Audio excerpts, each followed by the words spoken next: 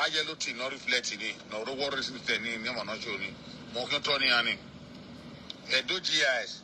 Hey, way, my people. Princess Obalame don play ATM and she audio wey take talk say that land wey be say we dey talk about wey dey reflect for system say yes na im sell the land for those people. The one wey me dey talk for inside my people, when he sell the land for those people and he come still sell am for Princess Obalame, he no know say he don first sell am. Say see your food dey. My people, una know when it comes to land for our place, e get as e be o. I go put the video for una, una lis ten to Princess Obalame as e dey play the audio wey be say ATM machine take send message to am. Una know say this thing, this land issue with see your food, e don dey ground since last year na e take dey ground o.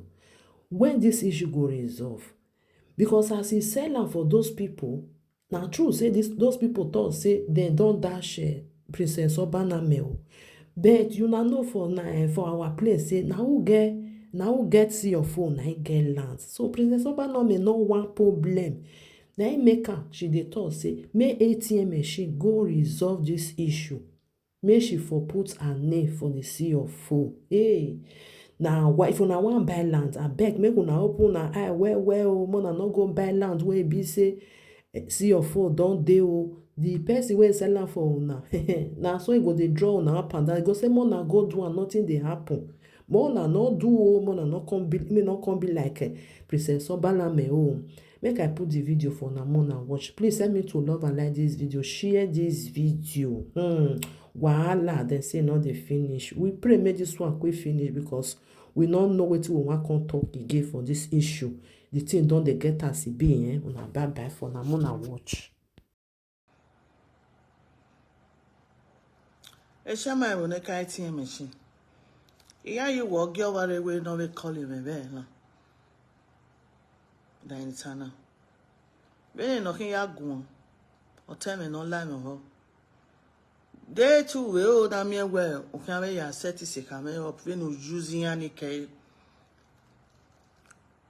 Then it's now. Where the money? The money as ever. Then it's now.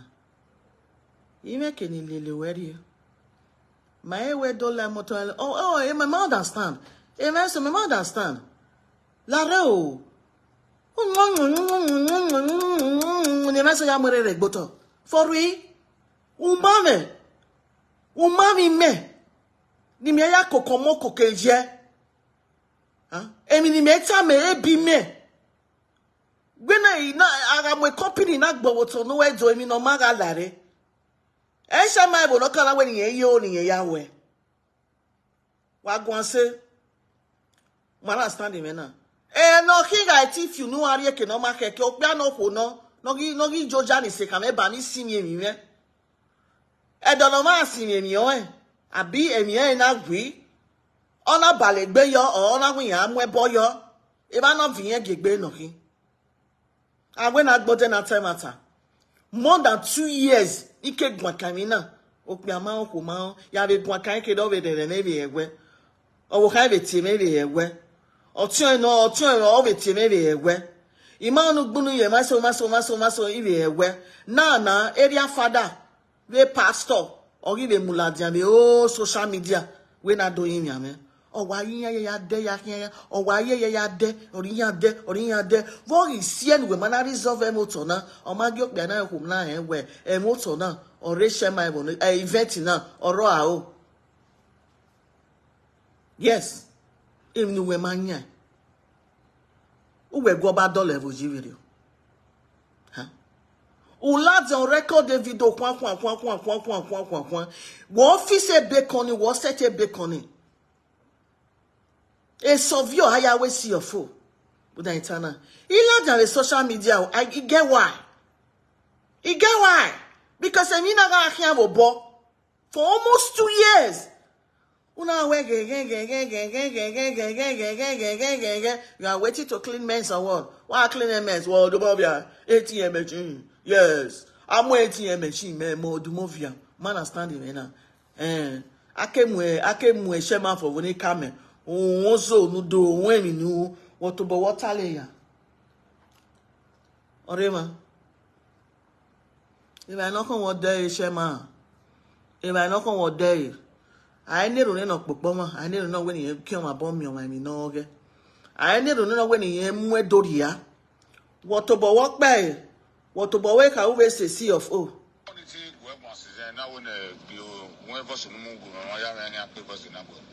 Wageje no hin o.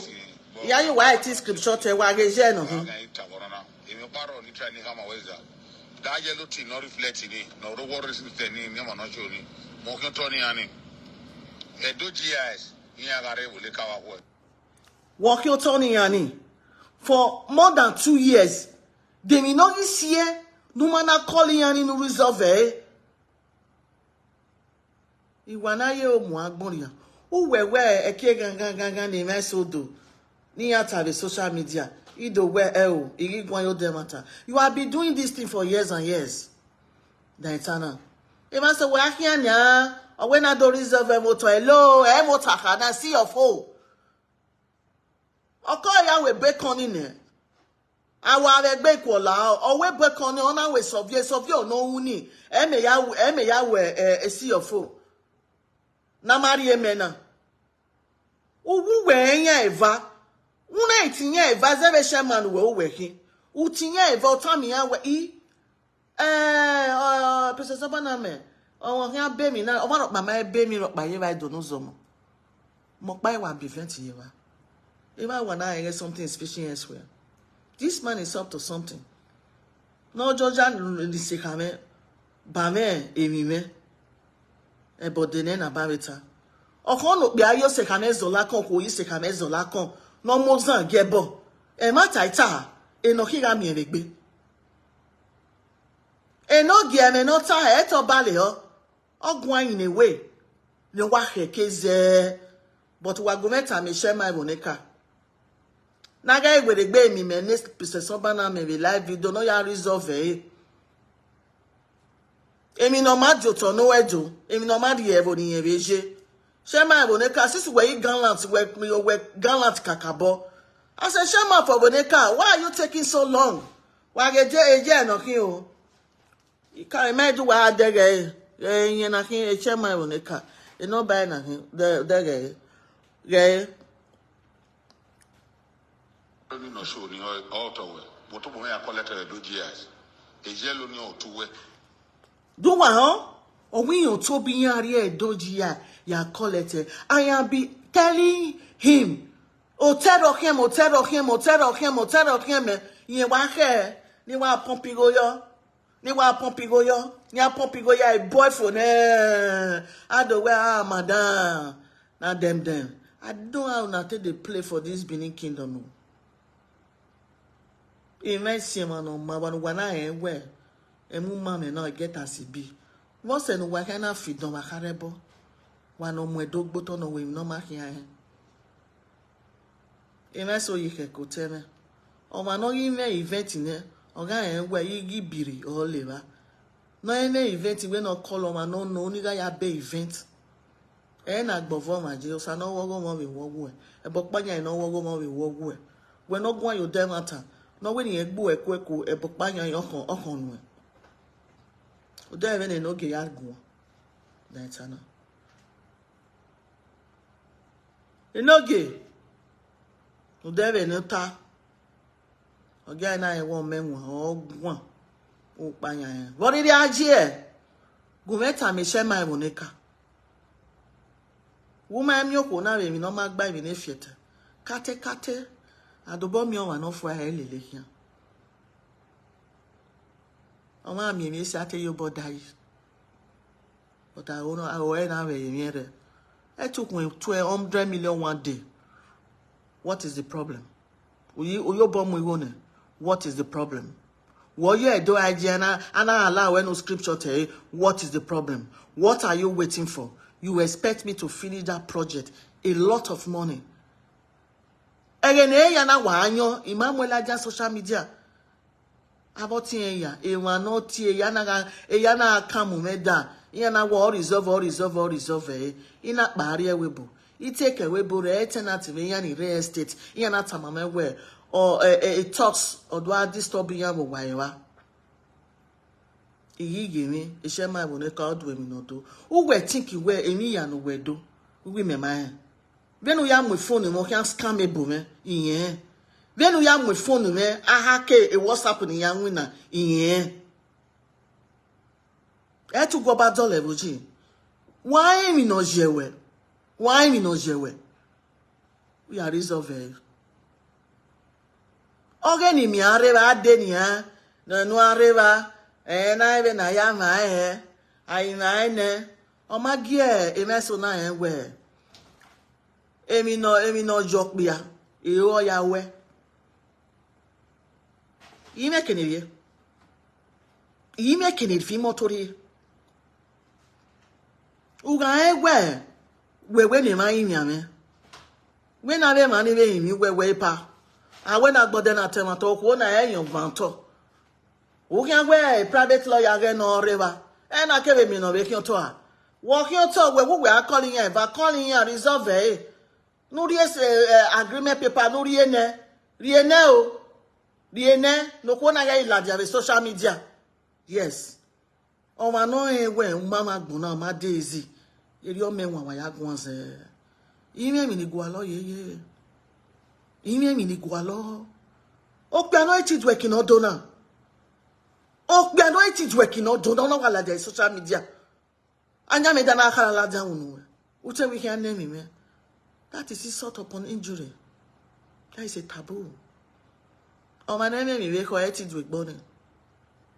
Oh, we are doing Ayana. Oh, man, no reason me as a gama.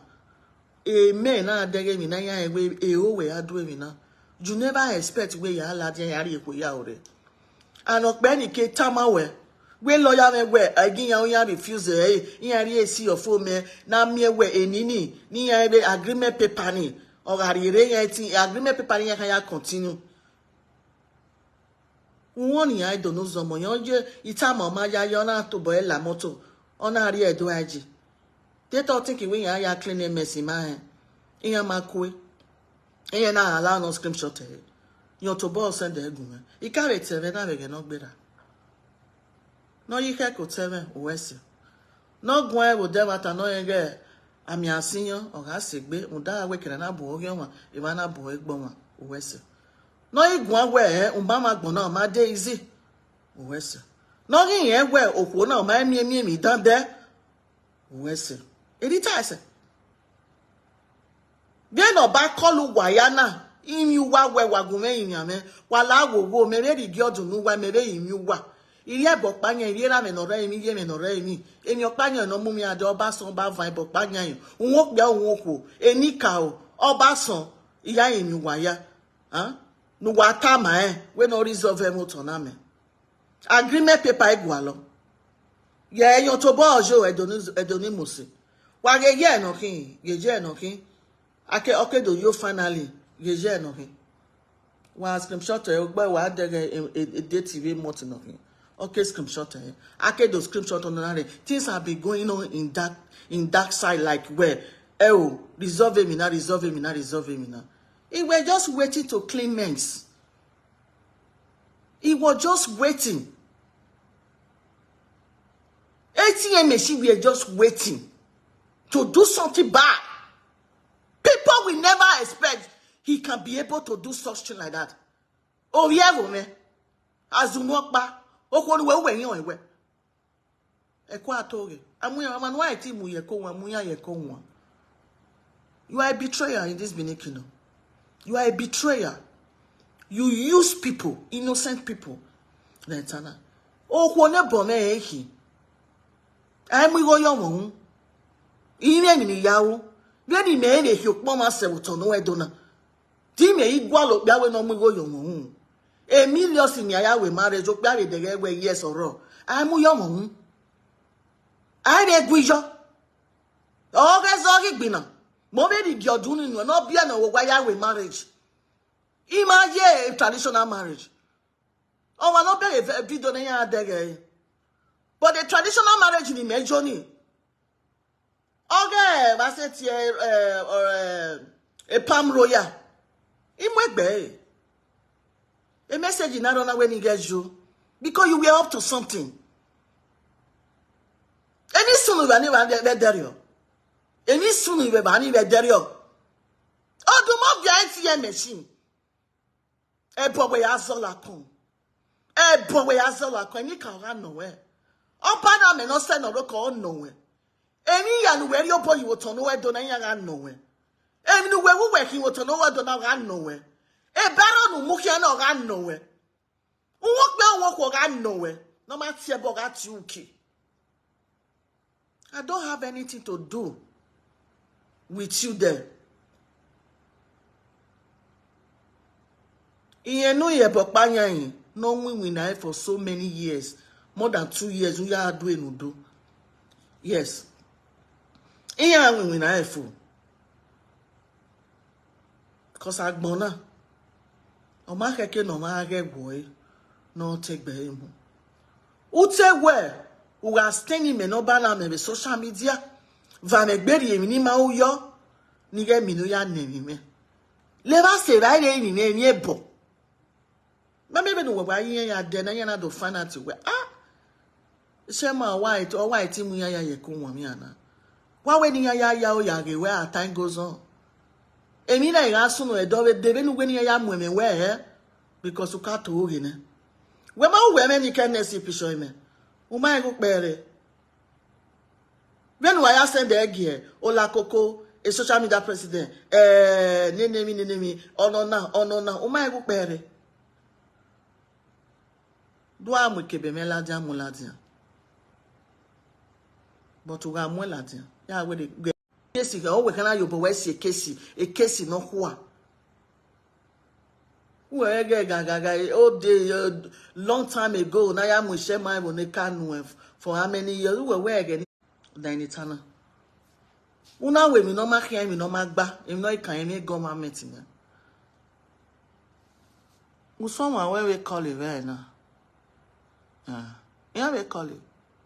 Garizo Bemotona, Gawana, Shema Monica, with the spiritual eyes, Nimi, you are a betrayer. You are a betrayer. Yeah, my guy, I go make a deal, I go with business, I re on with tagi. No, uli yekere. No ma unu, uli yekere, or men won't be a benue. Yes, no unue, ulo dovere. No ma unue, ulo dovere. You operate. When am I get down that video, man? Irrewable. A man or estate me call me. Then Tana. If you are your reward working. It might be na me yao. Enoge. A video na send the gume dame. What did I do? I mean, eto magba or wagba. But wagume in share my boneka. Eme we bona ma daisy kate ona evolve. Ebo ni on for so many years. Igwa we mi le. Since more than 2 years, oh yeah, no, where is the CFO? Where is the CFO? Where is the CFO?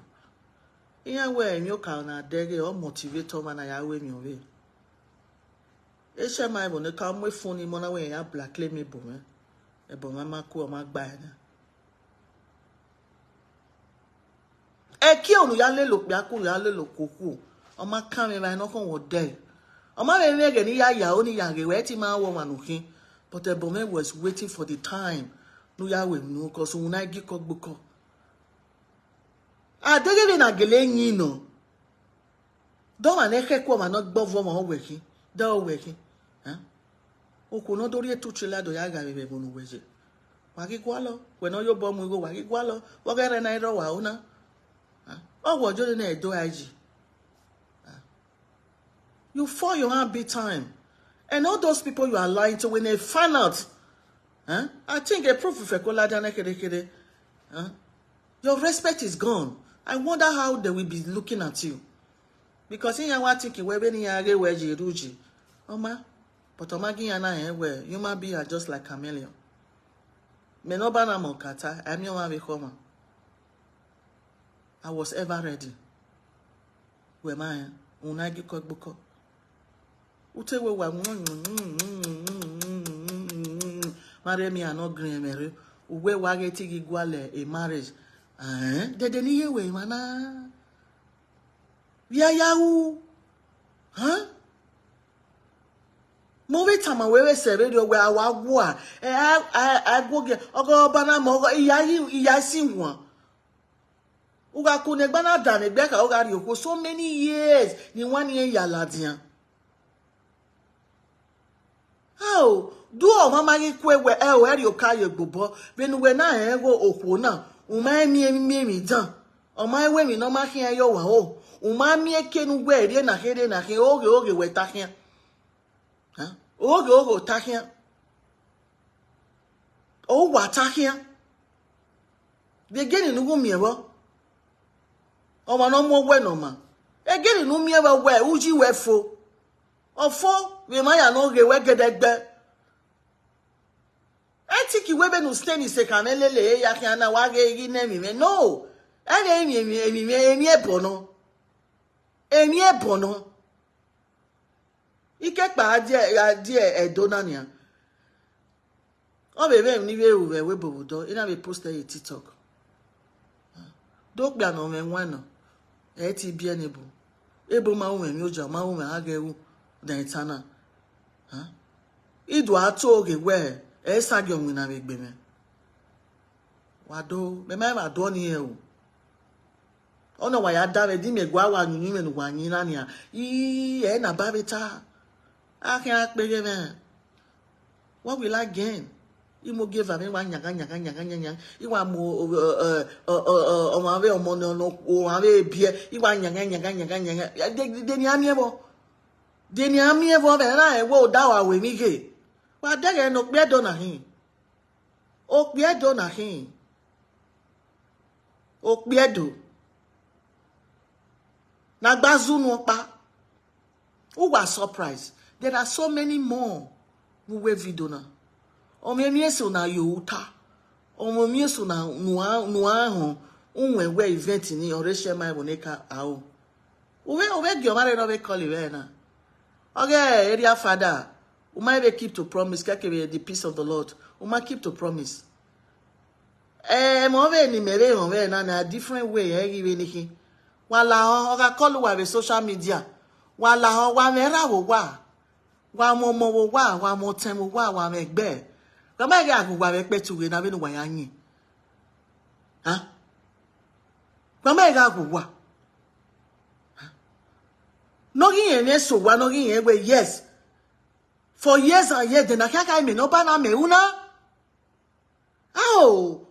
What they trade no or e trade or amasegbe no. Wa be money go bokpa. Assume. Don't know you are sick away, one akinania. Why are going to na? Otori for the first time. Second time. Ina be dok pay. Third time. Ina be dok pay. In here, we where we making we call it social media. When my where social media name. Oma, asi adasium. When you have where wa ava megbe ni ma ujo. Wa stay ni mokbonofo. Umanomu wa mume. Umanomu momu we. Udage we agbona omo no we ri yen ji yen Shama wo ka we ma ga osun na. Wa go me yen wala ho. Wa gwi me yen no ya resolve moto na. Ge eye no kin. E ma no lele me kian be Facebook na. Iya adege wo toto more than 1 year ni kete me na be lock e up. Ema buno no mwene na wala wa gome yen Yahweh. He was trying to persuade me when he continue wa do be mi ya iwa lui go lui mi ya de na gi fence ba de ne fence gi demu de ana mi we sovio na e sovio no we u e block no mu yo or a demarcation no ka go oki aya we see of. I was trying to tell you. Itama we umaja you who we say do IG. Iya na go screenshot eh. Ikpe banya na we no ya resolve una what nya ya gare. See it's more than how many months. Awa ye tinya tina. Shema ibone ka ire mi ni yawe o. Ine mi ni yawe o yeye. Wa gume yin no ri emi me. Then we ya calling ya be social media. Why ya no e call the social media wa gume yin Udayetana. A.K.A no do for more than 2 years. Oh no, you continue no do clean a mess. Because she my bodeka event ni oro a emi no. Who we take any me boyfriend eh? Umaege me a continue another see e beni ya continue another see your phone. Ina go dey we go away. Ovia we no agba zoom opa. Leva seva. Here for that matter. Gele well do more viaje. But Omadu when I am well. Oko no be me no so ye. Ivan is tuning that day. Yes. Wow men we. Remember. Oko no be me no so ye. Oh Oduma. Uze udu ya we me. Many pieces of banam oko no be me no so ye. I am ye mi olokun. Udayetana. Okona ru dawe gume gwa anyhow the social media. Ebome we ni ladian. No gwan se yon yin. Udayetana no ma gwan se yon yin because e de nemi agwi ona to ona ya via mebo. E o ga bolore. E message gare. Wo mami ana ye mi we odogwi mebo. Yes. Atuku wa we e boro e mi ro pa ro. Ime mi ni gwalo. Oma no me nwa eh oga he we wo we marriage o we no debe na we marriage ya ho we ge ni ya ho ido ga mi be we ona gumegun dan tana ina wo ni me no ni na ma okwo no bie no go ma ya we marriage ai wuye kenana temata olokun hin no get we no get no ta we no ta ize gbe ni yen no yin wi na but okpa no eva no uga onu ri e mono wa be bie una we no ya de idon hanyo na uda wa kwara yin we tem wo mi ko e ba no kon wo de iyan ki o to ma no we ta lo ma na anu ma be time ata ma ya via que mweni kedne se la dia ko ni wa yin we o ra me ni mi ma bi o me be yo ma koko me be ri o o iwe mi no ma gba igwa mo ba wo ri ya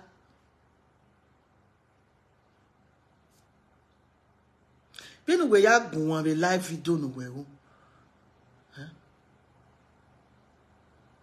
ikwe dona be do atama we wo ni me nu ni na wi ayo second. Di wa wo wana gba ko na we anything but in ya ma ege me na okay la den social media me ne bo me we ni ya we mi more than 2 years ake gwa kan wo wa